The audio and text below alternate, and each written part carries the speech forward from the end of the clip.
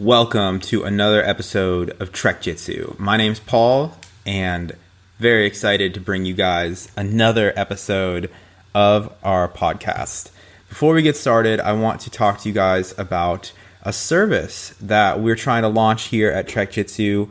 My friend Andreas and I are launching a new company called Matrix. And we are excited to bring it to you guys. Matrix is going to be a jiu-jitsu streaming service where we want to showcase roles and sparring footage from all over the world. So one thing that we believe heavily is that jiu-jitsu is a form of art, just like a painting or film or anything like that. So we want to have an art gallery of sorts, and we want to have a place on the internet where people can send in footage of sparring or rolling, and we can showcase it and publicize it and promote it and things like that. So if you want to send in some footage, that would be awesome. We're looking for footage of anyone, whether you're a white belt, black belt world champion, whether you train jiu-jitsu or kickboxing or judo or whatever it is. We would love to see your footage. Check out Matrix on YouTube right now. I'm going to be posting the links all over the place. So check out the links in the show notes on Facebook, Twitter, wherever you find your links. Maybe not the hardware store because we're not there yet. Unless you're trying to build a fence, then they have different types of links for you. Or maybe on the Nintendo. But anyway, I digress. So please check us out at Matrix. If you go to YouTube and search Matrix, then you should find us. So please do that. I'll post the links in the show notes. Check us out. If you want to send in footage, send in your videos to matrixvideo@gmail.com. Again, I'll be posting the links in the show notes and everywhere else. So we would love to have some footage. I recommend you send it with WeTransfer.com. That's a really easy way to send in some videos. So I'd love to see the video of your sparring, and we'll pimp your sparring footage. So we'll add in some music, maybe some slow motion effects, things like that. So would really love to see some videos. Check us out and send something in if you feel led by the spirit of Jiu-Jitsu.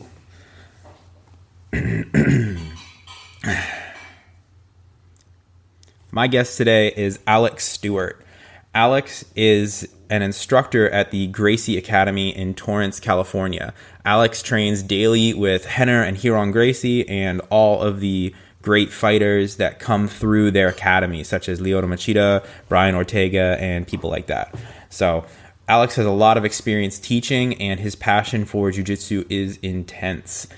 Alex is the fastest black belt to ever come out of the Gracie Academy, and he has a great perspective on jiu-jitsu and what makes it so unique. And I really enjoyed talking to Alex and hearing his take on our martial art. Alex is formerly served in the Marine Corps, and after that he got a pretty normal desk job and was soon enticed by the lovely art of jiu-jitsu. And he was offered a teaching position at the Gracie Academy, and he took that opportunity and has been teaching there ever since. So it was really great to talk to Alex, and I hope you guys enjoy the show.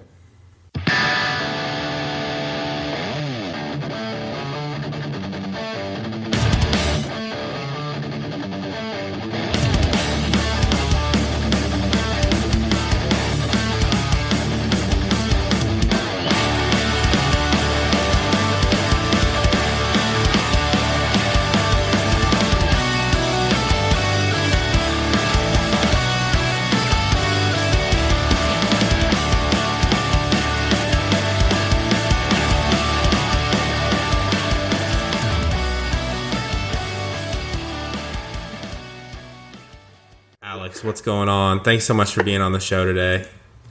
Brother. You're the man.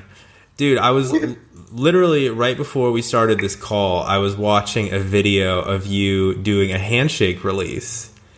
And you just posted that on Facebook. And it was crazy. I was watching this video of you showing the self-defense move. and then you were like, hey, ready to go. And I love it. I love that Gracie Academy keeps the self-defense ways alive, if that makes sense. Oh yeah, man. I mean that's why it was even developed, right? Just self-defense. You know what I mean? So we always have to keep it honest and always try to remind people as much as we can. Like, you know what?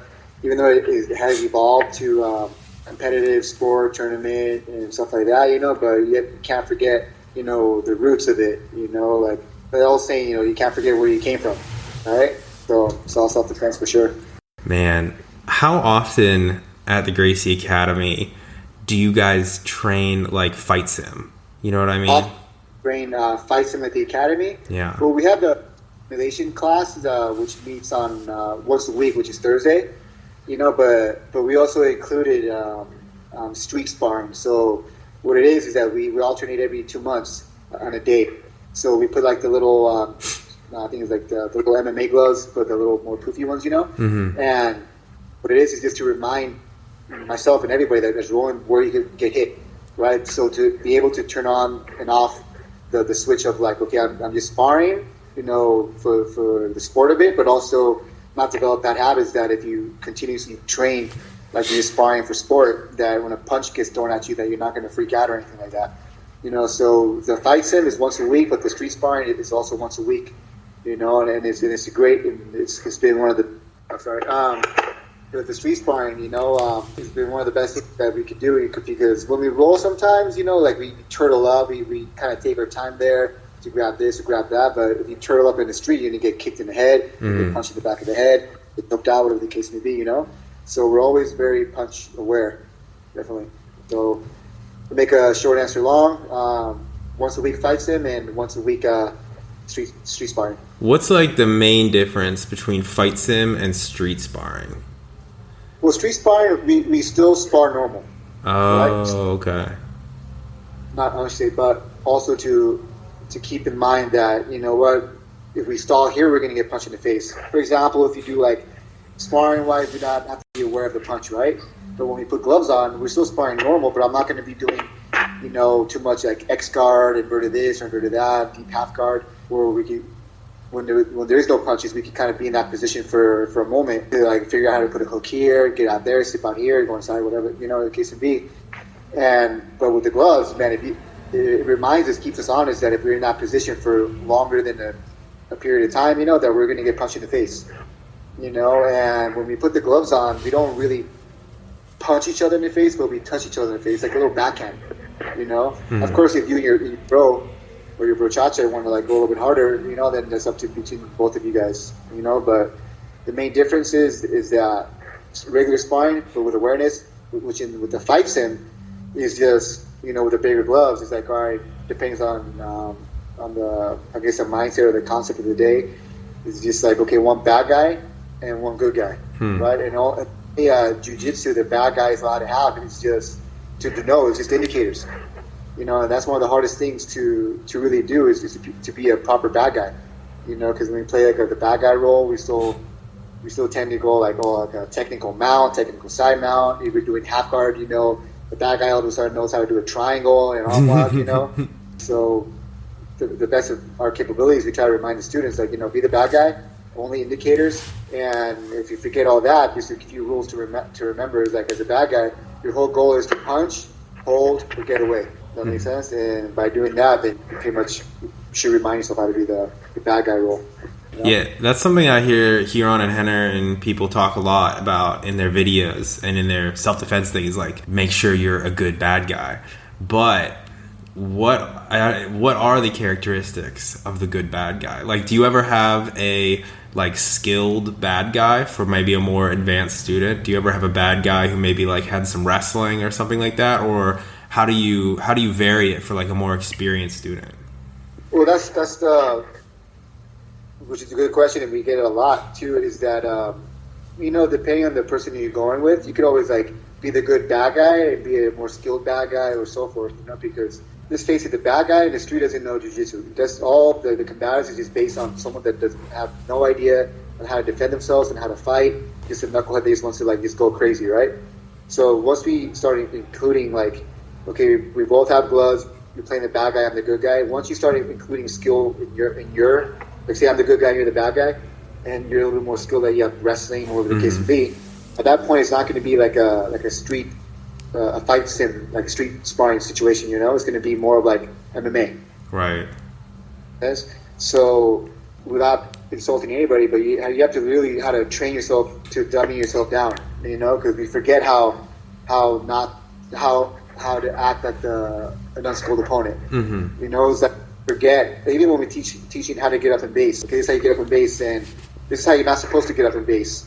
Like we sometimes we don't even know how to like act on pretending on how we do not know how to get up in base. Does that make sense? Yeah, for sure. So by understanding how to be the bad guy and then indicators and stuff like that, the combatives, of course, the consequences of that is that just proves that you really know the combatives as well. You know, because you're giving the proper indicators besides just a basic headlock, besides just pulling somebody down. You know, it's like an unscripted script. Because with one, I mean, for the combatives, we have like for the headlock escape one with the frame, we have 3 variations, but it's still the headlock escape with the frame. So it's one technique, but then the bad guy pretty much determines what variation to do. Right? Headlock escape 2, we have 3 variations. So that's what I mean about like an unscripted script. Right, so the script is what headlock. The unscripted part of it is like, but you don't know which variation to do. So that's how you can really play a really good bad guy. And if there's any more knowledge to use, it's going to be like an MMA fight. You know what I mean? Or it's going to be like a street sparring. That makes a lot of sense. That makes a lot of sense. I hope it does. Man, that makes a lot of sense. I love sparring like when there's a brand new white belt that comes in and it's like their first or second day of jiu-jitsu. I always try to spar with them because I want to like help them, but also because I have to remind myself like this is what an unskilled person is like. You know, sometimes they go crazy, you know, like on their very first day they're like going crazy. They're throwing things and trying to like hit you in the face. And yeah, and I'm like, this is important because this is what a normal person is like. Yes, by the way, you know, but to their defense, you know, because you say you like to spar with white belts that have like already a couple days in there, right?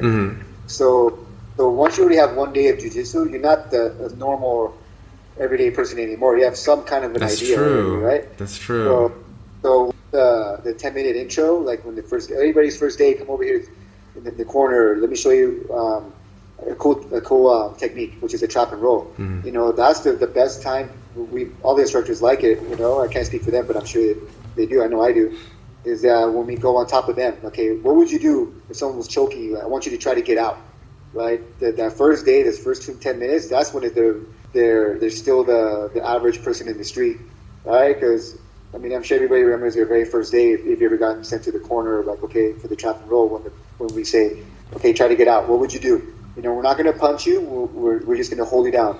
Man, people try to, like, elbow us in the groin, punch us in the face sometimes, scratches. You know, they just go berserk.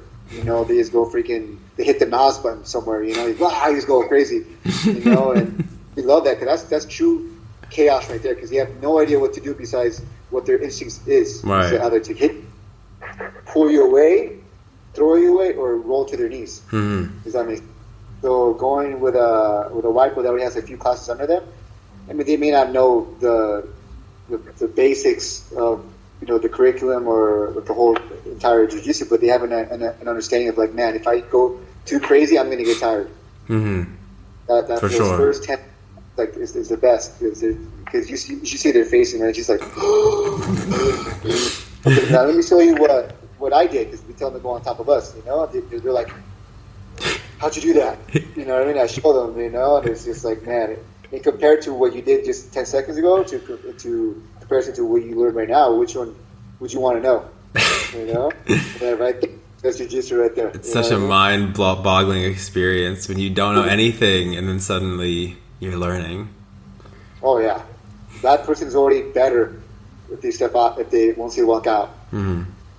That's what I see in movies, man. Like when the guy's on top of the other person, he's choking them, like in the mouth or in the guard. It's like and I'm just like, man, this is easy. So I'll look at the person next to me like, hey, what was you there? Or poke him in the eye, whatever. I'm like, yeah, you know that, you know, the combatives, you know, that's class number 1, trap and roll, or the arm lock from the guard. Yeah. You know? Yeah, So it's day one stuff. Yeah, that my girlfriend, when we watch a movie, when that happens, you know? And they're like, oh, he could do the trap and roll, or he could do that thing that you spin around and you break the guy's arm, you know? And I was like, yeah, how crazy is that, right? You could do Tomonage. I think Tomonage is like the most shown jiu-jitsu, or like the most shown technique in any movie. Like, what Tomagage means, what is that? Like the stomach throw from judo, you know, like where the sacrifice throw, where you put your foot on their chest and you like fall down, you like pull guard and they go over your head. You know, like you could also do like a helicopter armbar from that position type thing. And like that's what Simba got Mufasa with, or not Mufasa, he didn't. Scar. Simba got Scar with Tomonage at the end of The Lion King. You know, and he like throws him off the cliff. Uh-huh. You see it all the time. Disney Jiu-Jitsu, right? Yes, I know. If Scar only had taken a couple classes of judo, he would have survived. But I guess thank God he didn't, because, you know, then we'd have a tyrant ruling the jungle. There you go. But I know exactly what you mean. Like, I'm always watching movies. Like, there's some crazy action movie, and there's, like, some wild action scene everyone's going off about. And I'm like, man, this is easy. Like, this guy doesn't know shit. This is, you know, this is an easy escape. It's not, I don't know. Pet peeve. You know, it's so funny that we're talking about this. Like, we can say that because we know what to do. We've heard about it. We've read it. We've seen it. And I just learned something really important last night. You know, my girlfriend and I went to go see a play, what's it called? The Hunchback of Notre Dame. Mm-hmm. You know, we're walking out with the term I said out loud. And she didn't understand what it was. I'm like, you've never heard this ever in your life? I forgot what this saying was. And then I caught myself and I was like, what am I doing? How can I be like saying that to you if it's almost like I was like making fun of her or teasing her or getting upset of a term that she's never heard in her life. Mm-hmm. I was like, what am I doing? No one's never heard it before. No one's taught it to you or whatever. So duh, you're not going to know. Does that make sense? So when we see stuff like that in the movie, oh, that's so easy. You know, it's easy for us because this is what we do. You know what I mean? But a person that doesn't even know what jiu-jitsu is, you know, or any self-defense, it's not their fault. For sure. Yeah. So I learned a life lesson last night. You know, so it's a very introspective way of thinking about things, I think. Like, you realizing, like, that from a place of humility, like, they just have never seen it. But it's our job to spread the word, I think. Yeah, I mean, it's like you come into a class, you've never done any jiu-jitsu your first day, and me showing you, like, omoplata, right? And I was like, hey, let me see the do the omoplata. So, how do you say that? It's like me telling you, like, well, you never seen that before? You never heard that before? Like, for real? Your whole life? You know what I mean? So we can't be doing that. Yeah. You know, so that is the world, man, and jiu-jitsu is our life. It's part of our life. You kind of got into this already, but, like, when a new person comes into the Gracie Academy, the first day, what does their first day look like? You talked about, like, their first 10 minutes with the trap and roll, but, like, what about after that? Well, I mean, as soon as they walk in, you know, they go to the front desk and give them the paperwork and stuff like that. Then they get handed a rental key, right? And then when they get dressed, we lined up and we start the class. We're like, all right, guys, if anybody's first day, you know, raise your hand. If anybody's first day wearing a gi, you know, anybody's first day at the academy, anybody's first day. You put them, we call them to the corner, we sit down with them while everybody else is reviewing. And, you know, we do a little small talk, hey, what's your name, where you're from, you know, stuff like that. And have you ever done any martial arts before? And most of the time they'll say no. And then most of the time, you know, they say yes. You know, oh, I've done karate, taekwondo, kung fu when I was a kid, or still do. Which I never knocked down any martial art. You know, they're like, oh, I do karate still, and a 50-degree black belt. I'm like, you know, that's great. So jiu-jitsu will only complement what you already know. For sure. You know? So I'm like, hey, I'm going to show you a cool technique. I'm going to show you a position where if you get in a fight, one of the worst positions to be in a fight, or the top two worst positions to be in a fight. So we laid him down, and we just put our hands, you know, we simulate like our hands around their neck, you know, on shoulders, and we'll tell them like, you know what, You know, in a fight, you don't want to be on your back. And I could punch you, I could do all this, but right now, I'm just holding you down. What ideas do you have to get out? And they'll give us some ideas, and then like, okay, we'll try to get out. Give you 10 seconds. Just go all out. And they really try to go all out. They're tired. And then most of the time, let me do it again. I'm like, all right, we'll do it again. So then we'll reverse the position. So we'll say, hey, you go on top of me and hold me down. The same way we were holding you down. We were holding you down. Mm-hmm. And whatever you do, don't lose this position. And then like, boom, 2 seconds are out. Tops 2 seconds, you know? Mm-hmm. But like, there's that shocking face. Yeah. You know, and then we show them this step. You know, and then we tell them the curriculum, the combative system, and so forth and so forth. And we just have to remind them and ourselves too that there's always someone bigger, stronger, more athletic, crazier, and heavier. I think I already said that. And you know, when you match strength for strength, who's going to win? The person that works out a little more. You know, weight for weight, who's gonna hold you down? The person that weighs more. If you try to match those, mm-hmm. speed for speed, person that's a little bit faster. You know, but with the jiu-jitsu, man, it's all leverage. You know, technique over strength and leverage over size. Mm-hmm. And one of many, of course, is the trap and roll. You know, I do seminars around the United States, and I'm involved with this group called the Hoyle Group, which is hands-on inspired leadership. And we go like different military bases, schools, high schools, and we went to the Citadel in North Carolina, which is a military base. Mm-hmm. You know, guys are at college, you know, and I showed them the trap and roll. But for me to do it on them, you know, it's like, oh, okay, what a big deal, you know, you're a black belt. So then my girlfriend goes with me, and I tell her, okay, well, with me, you could choke me. It's like, but with my girlfriend, you know, the biggest guy she went against, you know, was like a guy who was like 6'3", 300 pounds. You know, beast, and then he's like 5'2", 5'3", you know. Went on top. He went on top of her, and I was like, you don't have to choke her. You know, you can fake the choke, but you can't hide your weight. And then boom, she just rolls him off. Everybody's like, oh my god, this whole movie crazy! Oh my god, oh my god, oh my god! You know, and the weight is it's like the guy weighs like literally twice as much as she does. Yeah. You know what I mean? Mm-hmm. 300 pounds. You know, 110 or 120. You know. Magic. You know, like what are they? These people from California bringing their sorcery. Yeah. Witchcraft. Yes. Jiu-Jitsu witchcraft from Brazil. That's awesome, man. That's so cool that you get to go around and teach people like that, and that you get to teach at the Gracie Academy. That's such a... How did you end up teaching at the Gracie Academy? I've heard this story a little bit, but what did that look like? What did it look like? Is me walking in. So, but, I mean, the academy was always literally 2 minutes away from me. Literally. Oh, really? You know, not again. That was in high school. You know, some of my friends would train there. They would talk about it. I played football. I worked out. I was that typical football guy. I'm just going to punch you. You know what I mean? So I graduated, never went.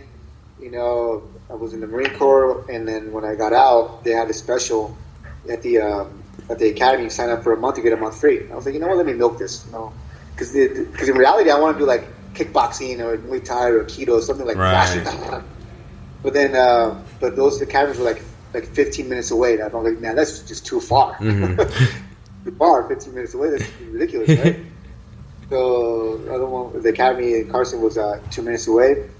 And I went there, man. The first class, I loved it. You know, I freaking loved it. First class, I knew I wanted to teach. I just knew I wanted to teach. Really? You know, and right off the bat, awesome. Right off the bat, man. And then what really made me believe in jiu-jitsu was not the love that I had for it, but like when I was, man, it might have been like 220 pounds, and Brian TCD Ortega, you know, the UFC fighter, like he was like, man, like maybe like 13, 14 years old, give or take, I think, you know, man, like a scrawny little kid, skinny little kid, scrawny little kid, you know, and he was just beating me up, and he only had like maybe like a few months training more than me, or whatever. I mean, who cares if it was just like more than that? But he was tapping me out left and right with nonetheless his triangle, you know. And I was like, man, if this little tiny kid weighing 100 pounds, you know, freaking soaked and wet with like quarters in his pocket, handful of quarters, you know, could toss me around, and I'm like a man, 220 pounds. Imagine what I can do if I learn a little bit, you know. Yeah. So that's what got me in there, man, And then the other questions I would ask is like, what are the belts, you know? And then they told me, I'm like, well, how long does it take to get a blue belt? You know, and in the old academy, I've heard anywhere from like anywhere between a year and 2 years, year and a half to 2 years. Mm-hmm. And I told the receptionist, you know, the name is Lupe, I was like, you know what? I'm going to be the fastest blue belt. And she was like, okay, she's heard that before. You know, and then I was like, oh, so how long to get a black belt? And she just laughed. Like, yeah, right, a black belt here, you know? I'm like, give it a take. And she gave me like a number, I forgot what it was. I was like, I'm going to get my black belt in 5 years. I straight up told her. And she laughed, you know? So sure enough, I got my blue belt in 6 months. Back then it was like pretty fast. Got my black belt in 6 years and some change, you know? And I think I did pretty good. You know what I mean? That's awesome. What other than like training hard, going all the time, things of this nature, was there anything that you did that helps you become the fastest black belt? Is there anything? I mean, anything specific? If I did yoga or anything like that? Or like more like any specific training strategy you had, like. You know what I mean? Like any systems that you any systems you used in your training. Got it. I mean, that's one of the most common questions I get, actually. I'm sure. And I mean, I just listened to what my dad just told me. My dad and my grandfather is just do what you're told. Mm-hmm. You can never go wrong. You do what you're told and you trust a person. You know. So the first thing I did was put trust and heat on an enter, and I didn't really question anything. If you tell me to do it, I'm going to do it. You know, as long as it's not anything obviously dangerous or like unhealthy or illegal, right? And I'm going to say something, but I don't want people to think that it's bad to do. This was my learning, you know. There's when I never asked a question, I never raised my hand unless I've attempted the technique a few times already. I wanted to figure out myself or ask my partner. If I couldn't, then I would raise my hand, you know? Mm-hmm. And that's why I would tell people, like, hey, if you need to ask questions, go for it. By all means, everybody learns different. But if I'm learning something brand new and I'm on the wall or sitting down wherever academy you go to, like I would never raise my hand and be like, oh, what if this, what if that? You know what I mean? So I just did it. Boom. So you just do what you're told. You can never go wrong. I'm the same way. With that. That's yeah. And I knew that I didn't want to complicate things more because I knew that even back then I knew there was just they told me like 500 techniques in jiu-jitsu. So I was like, man, why am I in a rush for 500 techniques? I'm just going to get these down. Mm-hmm. You know what I mean? Yeah. And I would drill it, and drilling wasn't necessarily like going hard. You know, it was just like if I had time, I would just find a partner. Like, hey, you do these a couple of times, repetitions. You know, repetition, and just keep on going. And I would try to implement the technique that I learned. You know, right away as soon as we started sparring. You know, so if you ask like what I did, it was just I just listened, paid attention, and did what I was told. You know? That's something like what you mentioned there at the end. That's something that I know Roger Gracie's students advocate for. Like as soon as you learn a technique in class, that's the technique that you should be using in sparring. And like they're very big on positional sparring, from what I understand. Like, do you know Ollie Geddes by any chance? Do you know who he is? Ollie Geddes. He's I think he was Hodger's first black belt, or I could be totally wrong. Ollie, if you're listening to this, I apologize. People are mad because I get made fun of with my friends. It's like I don't know any like jiu-jitsu names, like very few. And they're like, "What do you mean you don't know? This is what you do." I'm sorry, man. That's what like you know that throw. I'm like, what is that? So just tell me like there's this guy, and I'll be like, oh yeah, okay, I know who that is. Yeah. I don't want to like insult him. There's a guy. There's this guy, and so anyway, I went to one of his seminars, and he emphasized that a lot. He said this is something we do a lot. Hodger is very big on this. You know, lots of positional sparring. And it was true. So he taught like an hour worth of class, and the first 30 minutes was technique, and then the last 30 minutes was all positional sparring. And I think it's great. So that's really cool. That's really cool that that's kind of what you implemented. If you don't succeed in it, it's because everybody was in the class with you. You know, yeah. So just to attempt it, to get the position, and halfway there, that's already great enough. You know what I mean? And if you're able to go for it and succeed in it, even better. You know, because we try to tell the same thing to our students. Like, all right, I can't speak for any other instructors, but I know when I usually teach at the end of class, I'm like, anybody go for today's move? And then some people raise their hands. And then after, be careful how I ask them. Like, I didn't say, did anybody go for it and finish? I said, did anybody go for it? You know, did anybody attempt it? Yeah. More hands go up. And I was like, well, if you didn't succeed in it fully, it's because, it's like what I said before, because everybody knows it. But just keep going, give it another week or two or a month, and people are going to forget about it, and just do it, you know what I mean? Mm-hmm. Oh, yeah. Could become your favorite move. Oh, yeah, exactly, man.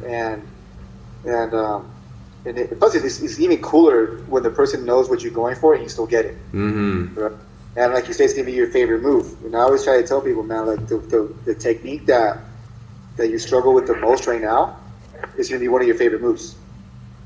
You know, it's going to be one of the moves that you're going to do the most, you know? And people that can't do triangles, like to me, the triangle took me almost a year to finally understand how to do it. Mm-hmm. And I learned to do all this stuff in that time for that year. But the triangle was just too much for me, man. And I just practice. And it's one of the techniques that I do. It's not my favorite, but but it is one of the ones that I do a lot. Mm-hmm. That's awesome. What was it like when they asked you to start teaching at the Gracie Academy? What did you like? How did you begin? What did your first classes feel like when you started teaching at the Gracie Academy? Well, man, first of all, when they asked me, man, I was like, I mean, how would you feel? You know what I mean? It's like, be like me? I'd probably look behind me and be like, is there someone behind me? I was like, yeah, of course, man, of course, yes, you know. And then, of course, it was a process. You know, back then we didn't have the ICP instructor course programming as we do now. You know, we were like the guinea pigs. Mm-hmm. You know, few of us. So once we were able to teach, we weren't able to teach on our own immediately. You know, it took a while. So we were like their assistant, and we were supervised. We taught the class supervised and stuff like that. But man, it was just it was an honor, and it was an experience for sure. And I was never a person to be shy. You know, yeah. I did have insecurities of my own. You know, I hated the sound of my voice. I have a lisp, and before I would speak really fast, and people couldn't understand me. You know, so I had a little phobia. You know, but I didn't let that stop me. Of course, you know. But no, man, it was just and it was kind of intimidating too, because and Henry were the main instructors, and still are, by the way. But then the students were able to like accept me and the other instructors, you know, as they and Henry passed on their responsibility and the responsibility of teaching the class, you know. So it was really cool, man. And when it really clicked for me, man, it was when I finally realized when I was teaching, I was trying to convince people, like no, man, like it really works, you know. Mm-hmm. And I realized, like, man, what am I trying to like convince you? You know, I'm not trying to convince anyone anymore. I'm just sharing my passion, you know. And if you like to believe it or not, then hey, you know what, that's cool, you know. But it's just me sharing, you know, what I'm so passionate about and what I believe in so much, you know, that I invested, you know, 11 years already of my life into jiu-jitsu. You know what I mean? So, and man, you can't fake authenticity. That makes sense. You can't fake passion. You know what I mean? Yeah. And it's not saying that any other instructor or teacher does that. You know what I mean? But you can teach someone to teach, right? But you can't teach someone to be passionate about it, right? And the passion could be either instinctively, or you need sometimes that passion fuel to fuel your passion. Like I get a rush, man, when I see students' eyes light up when they feel like they can't do a technique, and they do it. They're like, "Can you do that?" I'm like, "Yeah, I told you." I don't say I told you, but I believe you can do it. One of my favorite things to hear on the mat, my favorite thing is like, "I don't think I can do it. I don't think I can do it." I said, "Who said that?" Like, no, we don't teach stuff unless we absolutely certain that everybody can do it. You know, of course, there's limitations. We have to like modify here and there. You know, but we'll never teach something unless we're confident that every student is able to do it. You know, because the last thing we don't want is to people to like feel discouraged. Does that make sense? Yeah, for sure. And everyone has limitations on their hips, their shoulders, their neck, their wrists, whatever the case may be. But man, one I saw this said this last time, the last podcast I did, was just a student who couldn't do an arm lock. Like, you know, like really fully rotate because he had bad hips. Okay. And I sat down with him with the technique for like 2 minutes, you know, and each time his face was just like, so I'm like, okay, let's do this, tweak this here, you know. And then when he finally got it, man, he spun. He did the same face, but when he finally did it, like on the mouth, like nice spin, crisp spin, and he sat down like he landed like a feather, man. You should have seen his face. He was like, what? Like that. Now, that's the face, man. That's the face that really gets, you know what I mean? Yeah. And, man, it got walked away from me. It got me into tears, man, just because that's how passionate I am. Like, that's awesome. It's just, you know, and I've told people this, that I've fallen in love with jiu-jitsu all over again, like a good 3 times these past couple of years. So imagine falling in love with something that you already like love, you know, again. So that was one day that I fell in love with it again. And then another time when he's one of my very best friends, a brother pretty much, you know. He came to visit. His name is Johnny. Came to the academy. We were just talking, and he helped me clean up the mat. And he had a question, I think, or whatever, and I answered. But we ended up talking for like a good 40 minutes to an hour, you know. And his passion was jiu-jitsu, obviously, you know, and he wanted to teach. And then I was like, man, if you really want it, you'll get it, you know, a couple of words here and there, stuff like that. And now he went to the ICP, and then he has his own certified training center, you know. So the fact that someone's so passionate about something that I'm passionate about, it just made me fall in love with it again. You know, in other scenarios too, but man, that's my high. You know what I mean? I don't get high, or I don't know what it feels like to get high, but if there's anything close to that, man, it just feels good. You know? Yeah, I know what you mean. Sometimes I feel the same. Like I've come to, I think like this is as much as I could possibly love jiu-jitsu. This is for sure has to be it. And then something will happen and I'm like, nope, it's another level. Man. Like, I even had it today. I had a tournament today, like we were talking about earlier. And one of my training partners was there, and he competed. He competed at he wasn't going to compete. But then he was like, yeah, I'll compete, whatever.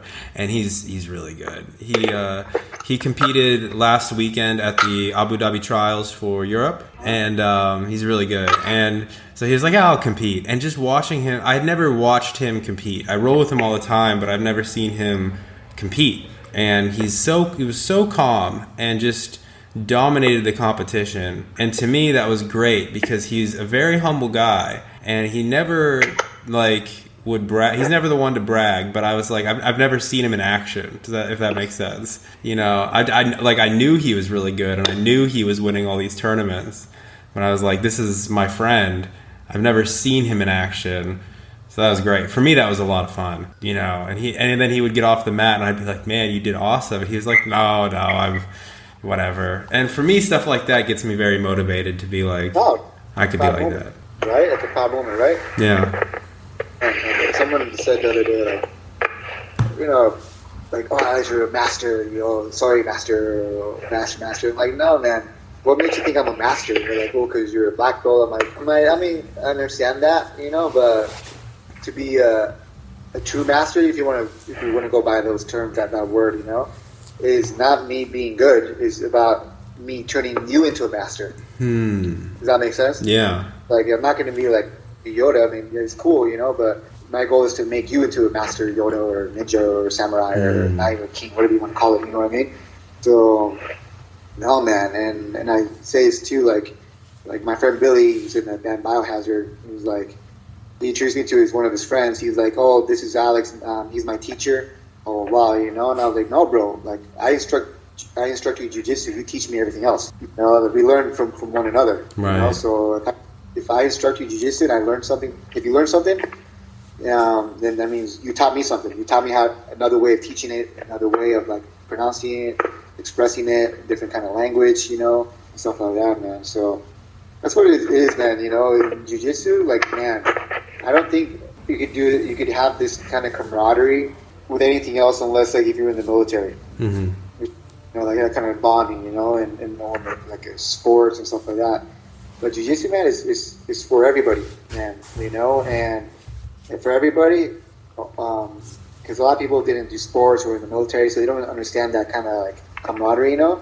But when with jiu-jitsu, man, like on the mat, I've been saying this more, like the mat is like a community.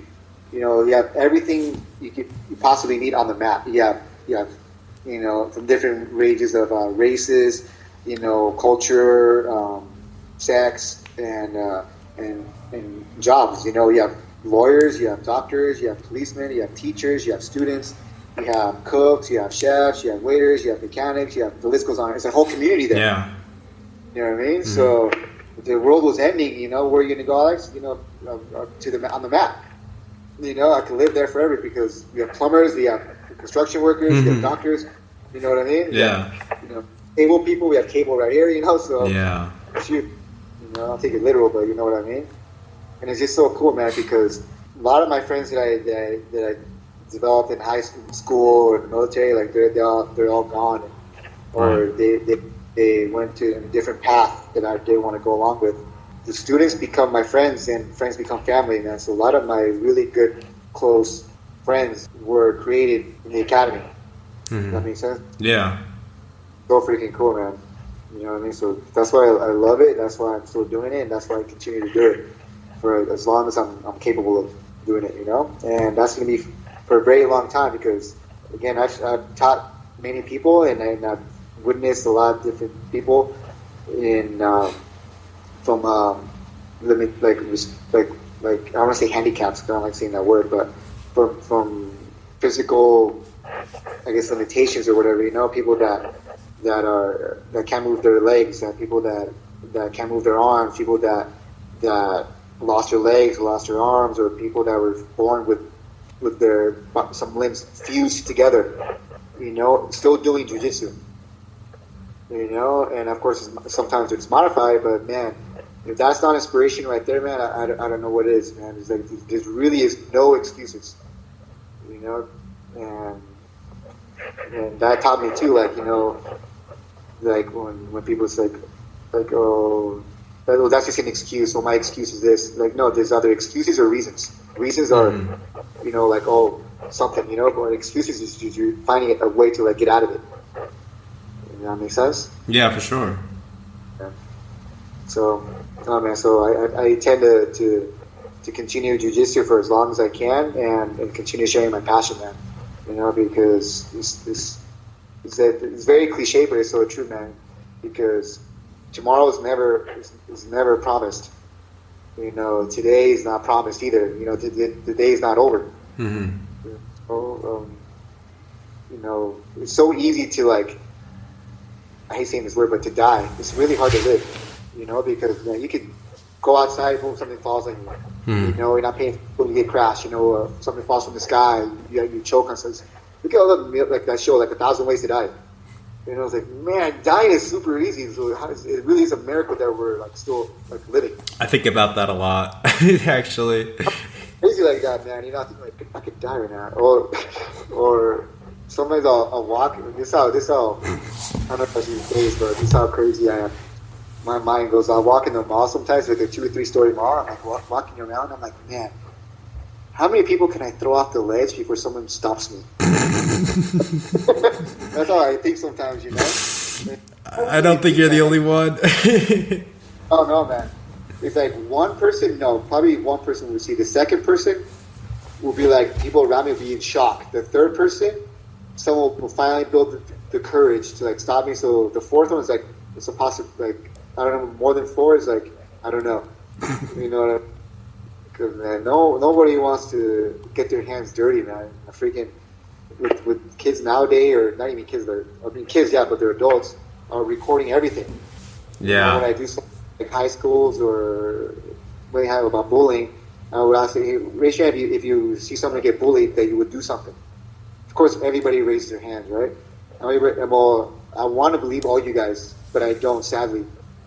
Because if every one of you guys was telling the truth, then there would be no video of kids getting bullied or adults beat up. There'd be no video whatsoever. Yeah. So courage, man. Being a hero or courage or being brave is the ability to act when you are scared, when you're in fear, when you're nervous. That makes sense. That's why you see like a lot of people that do they're all talk, but when it comes down to action, like they don't do anything, they freeze. And it's usually the one that doesn't really say too much that ends up like being a hero or whatever. So I know like this conversation is going everywhere. No, that's what we shoot for here on the Trek Jitsu podcast. A trek, a journey. Yeah, man, it's so freaking dope, man. And again, people say like, "Oh, what's better, karate, kung fu, jiu-jitsu?" Obviously, I'm going to say I only know what I do know, which is jiu-jitsu, right? So I think it's good, the best, because I do it. But as long as you learn self-respect, discipline, and you have the confidence to like defend yourself, then they're all great, But I hate saying, but for me, I can't say but it's just all fights recently that the people that were able to like survive or defend or finish were jiu-jitsu. Yeah. You have kicks there, but the ones that go to the ground, man, you all just look at the videos out there. That speaks for itself. Seems like we see a new one every week. Right? Yeah. Yeah, there's a new video every week of someone using jiu-jitsu in a street fight to come out on top, literally. Which is great because it's like great for jiu-jitsu world, right? Yeah. But then I was like, man, you're recording something when you could be helping. Yeah, exactly. I know. Like, geez, man, it's like it's cool but not cool. And I love jiu-jitsu, man, and I love what I do, and I do what I love, and I try to implement jiu-jitsu concepts, mindset into my everyday life, as much as I possibly can, because I'm the type of person that just is very unfiltered, just speak out, and if I do that with jiu-jitsu, man, I could hurt somebody or hurt myself, so I have to really like train myself to think before I react, in the outside world, but on the mat, sometimes you need to like react safely. I think that kind of contradicting myself. I don't think I can save that, but you know what I mean. I hope. Oh, I do, for sure. Yeah, man. Any other questions? No, I know you gotta go, and I want to respect your time, the time of a jiu-jitsu master. It's very important. No, This is very important. Is there anything you want to promote before we take off? No, I mean, if you guys are interested in anybody listening in learning, Gracie combatives, then go GracieAcademy.com, GracieUniversity.com, and you can also YouTube pretty much Gracie Academy, and it'll pop up, And if anybody's interested in a seminar, then hey, hit me up at the academy, because people actually think that I don't do seminar because I'm always at the academy. So that's why this year I've been trying a lot more. Just send me out there, or I'll go with you and just have some fun, because taps are hugs and jokes are jokes, So the whole time we're going to be doing this was just laughing and hugging each other. You know what I mean? It's true. I love the CTC system, where every Gracie Academy school has the same curriculum. So you're learning the same techniques and the same program no matter where you are. Anyone listening, if you want some legit self-defense, check out a Gracie CTC nearby. And then you get those out at Gracie University. So find the CTC, go to GracieUniversity.com and type in your hometown, and it should be somewhere around there, Or you can start one yourself, the garage. There you go. And I just want to give a shout out, if I could, to my good friend that we don't really hang out, but we became good friends. Is Anton, So he's a really cool guy. He's the one that got me in contact with you, and I heard him on your podcast, which is great, by the way. But man, I told him, like, man, I heard you speaking in the podcast, man, and man, you're a great speaker. He is. Holy moly, and he's a blue belt, right? I mean, Yeah. the blue belt, right? And then I told him, like, man, the way you were speaking, man, if I didn't know you, you had like the black belt kind of like confidence, I don't want to say swag, but like attitude, mindset, you know, and which was great. I was very, very impressed. Not surprised because him or we text every now and then, but definitely impressed, man, and that used to impress me even more, you know. And I met him because I did a previous podcast about like, you know, my life story and stuff like that, and PTSD and, you know, conditions that I have or anybody else may have, and I pretty much put it out there. If anybody needs to talk or anything like that, you know, contact me or whatever. I forget how I said it. And sure enough, you know, a couple of people contacted me, either to say hi or to share something or get a poem, and I'm pretty, you know, I always reply, you know, and I always reply. So I'm kind of getting ahead of myself, but that's why one thing I've learned is that you always want to be to the other person, the person that you needed in your life at that time. Mm-hmm. You know what I mean? And I say that with the utmost respect. You know, heat on hand are great, but they're not perfect. So what I try to give, teaching-wise, is what they gave me and then what they didn't give me, right? And I myself am not perfect, you know what I mean? So that's why I tell students, like, hey, if you ever think I need to work on something, let me know. And trust me, people do that. When you open that door, you'd be surprised how many people just want to rush in there. Yeah, for sure. But no, man, and I try to do that everywhere. You know, I don't want to be the side pool dad, I call, you know, because my daughter, you know, we like to go swimming, and if he jumps in the water, you know, like other kids, you know, parents, they don't want to go in the water with them. They sit on the side looking at their phone. Yeah. And I don't want to be the side pool parent, you know, me like, oh yeah, go in there. So I'm always in the pool with her, or my tea at least, you know, because she's way braver than me, man. The pool might be cold, man, she'll just jump right in there. But for sure, my feet are going to be in there, but not all the way. Yeah. I don't want her to like ever turn around and be like, oh, okay, daddy's on the phone or daddy's doing something else, you know.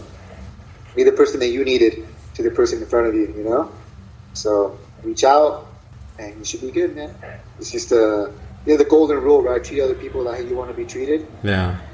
I started thinking about it, man. A lot of people they don't really care too much about themselves. You know what I mean? Mm-hmm. So, but I said that one time, and someone said like, "Oh, I don't care about myself." I'm like, okay, that's cool. So to treat everyone else how you want that person to treat your grandmother. Right. No one messes with grandma. You know what I mean? To treat your grandma, you know.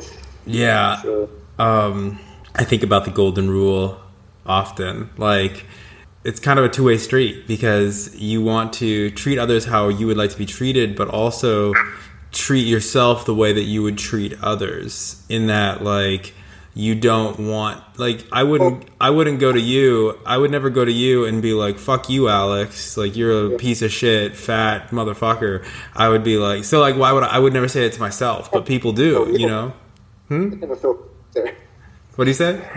That felt real right there, what you called me right now. Hey, I'm sorry, you know, but I'm saying, like, people say that to themselves, you know? Like, I say that, I hear that all the time. People are like, man, I suck at this, I suck at that. And you're like, man, you shouldn't say that about yourself, because you wouldn't say that about someone else. Unless you're an asshole. That's actually true, man. And put that into, like, jiu-jitsu. Yeah. I like freaking when someone's pinning you down, right? For example, it's very obvious, you know, but when in the heat of the moment, people will say, Alex, you know, when people pin me down here, I can't move. I'm like, well, don't concentrate on like what they're pinning down. Concentrate on what's free. If they're pinning your knees down, what's free? Your hips, your shoulders, right? If they're pinning your knees and your hips down, what can you move? Your shoulder, your upper body, right? If they're pinning your knees, your hips, and your shoulders, because you're all curled up, you know, like down here, what can you move? Your hands, right? And if you can't move anything, that means that they can't move either. So once they move, you move. Does that make sense? So don't look at what is being pinned down. Look what's free. Mm-hmm. So when people say, oh, I suck on this, I tried to do it. I'm like, okay, so what are you good at? Yeah. You know, what are you good at? You know, like, there's always something good. It's like there's beauty in everybody. You know, there's freaking beauty in everybody. Even, first of all, no one's ugly. They're only ugly attitudes, you know, and character, you know. And there's beauty in everybody, man, you know. And I try to, like, emphasize that a lot on people, and even on myself, like you said. You know what I mean? Like, we could be great on complimenting others, but we could be our own worst critic. We could be our own bully. You know what I mean? Like when people like say like, "Oh, Alex, you're so good in jiu-jitsu," I'm like, "Oh, thanks, cool, thank you, thank you." You know, and it took one of my friends, a student I gave private to for like the longest time. He like would compliment me, you know, other people, and then as well. So one time we were at the end of our lesson, he started giving me a compliment. I was like, yeah. I cut him off with a yeah. You know what I mean? Like, oh no, bro. And he grabbed me, put me back in the private room. He's like, Alex, I'm giving you a compliment. Don't brush it off. You know, like take this in. And I was like, dude, you're absolutely right. Because you know, when people give you anything, it's a gift, even a compliment. You know, so for anybody to like to compliment you, and then you're like, oh yeah. Hear it all the time. If you're like, yeah, I hear that all the time. The gift? It's like, oh, I get gifts all the time. You know, I was like, no, take the time, don't appreciate it. You know, because it's not easy giving. For a lot of people, it's not easy being that vulnerable, and even saying something positive about the other person. You know what I mean? So I don't know why I even started saying that, but you know what I mean. I hope. Yeah, I do for sure. Don't listen to what I'm saying. Understand what I'm meaning. Okay. You know. So do what I meant. Don't listen to the words, but listen to the feeling that the words are giving you inside. There you go. I don't read minds. I read bodies in jiu-jitsu. You read my mind. Oh man, come on. I read bodies. Alex, you're the man. Thank you so much for being on the show. I really appreciate it. Yeah, thank you, man. Anytime, brother. And no more Viking drinks. I'm trying to cut them down. Trying to cut them out. Thanks, man. Thanks again to Alex for being on the show. Everyone, please check out the show notes at trekjitsu.com.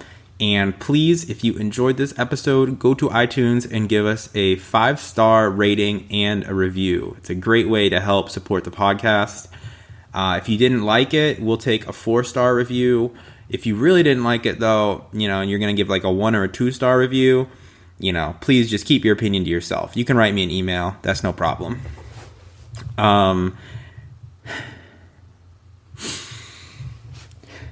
You can also find Trek Jitsu on Instagram at Trek Jitsu or Twitter at TrekJitsu_pod. And Facebook, of course, facebook.com/TrekJitsu. And Facebook, of course, at facebook.com/TrekJitsu. Once again, I would really love it if you guys sent in some footage to Matrix. So please go to YouTube and check us out at Matrix. So if you search on YouTube, Matrix, you will find us. And I'm really excited to launch this project and start posting jiu-jitsu sparring footage from all over the world. If you guys want to send something in, please send it using WeTransfer.com to matrixvideo@gmail.com. All of the links to Matrix will be in the show notes. And also on our Facebook page, Twitter, Instagram, everywhere else that's associated with Trek Jitsu, will also be promoting Matrix. So check out those links, and I really hope you guys enjoy this jiu-jitsu streaming service. And one more time, I want to give a shout out to my friends at Waves Overhead. They are a band that is out of my home state of Maryland, and they are doing a wonderful job creating new pop punk music to entertain the masses. So their song "To Make Amends" is the official theme music for Trek Jitsu. So you heard it at the beginning when we were doing our intro, and I'm going to play it again in just a moment as this outro music. So if you want to support Waves Overhead and download their music, please go to wavesoverhead.bandcamp.com. At that website, you can download their music and you can give them some money if you feel led by the spirit of music. So please remember, Waves Overhead is just you living another life. They are literally the same as you. We're humans. We share like 99.98% of the same DNA. That's a statistic that I just looked up on Google. And, you know, they're basically you. They're not essentially different. It's not like it's a bunch of cats playing a band. Although, you know, sometimes cats do make music, and you know, that's cool too. We do like to support cats making music. If you're a cat listening to this podcast, you know, I support your musical dreams. But Waves Overhead is basically you. They're just living a different life in, maybe a different state. Maybe you live in Maryland. Shout out Maryland. But, they're the same as you. So if you were making music, you would want someone to give you, $5, $10, even $100, whatever you feel led to give. So please support their musical journey through the musical existence of this temporary world. So please, once again, go to wavesoverhead.bandcamp.com and check them out. And here is their song, To Make Amends.